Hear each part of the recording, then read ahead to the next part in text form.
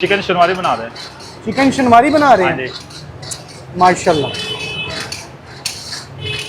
इसमें क्या क्या डालते हैं आप स्पेशल? इसमें टमाटर होते हैं, काली मिर्च होती है बस। अच्छा, सही। तो ये कितना टाइम लगेगा इसे? ये बस 10 मिनट में तैयार हो जाएगी। 10 मिनट में तैयार हो जाएगी। सही। टेस्ट कैसा है?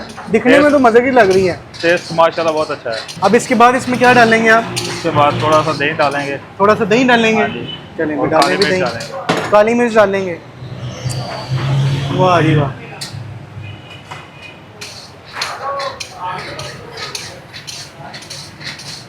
ये दही डाल दी है आपने, ऐसी है? हाँ जी। अब मिक्स कर रहे हैं जी।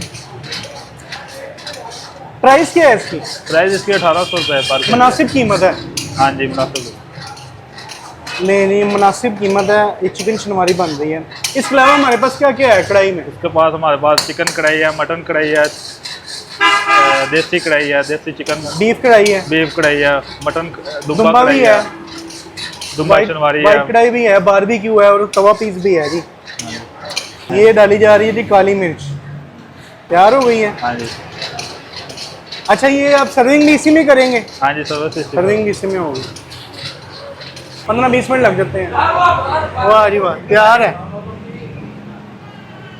वाह जी वाह।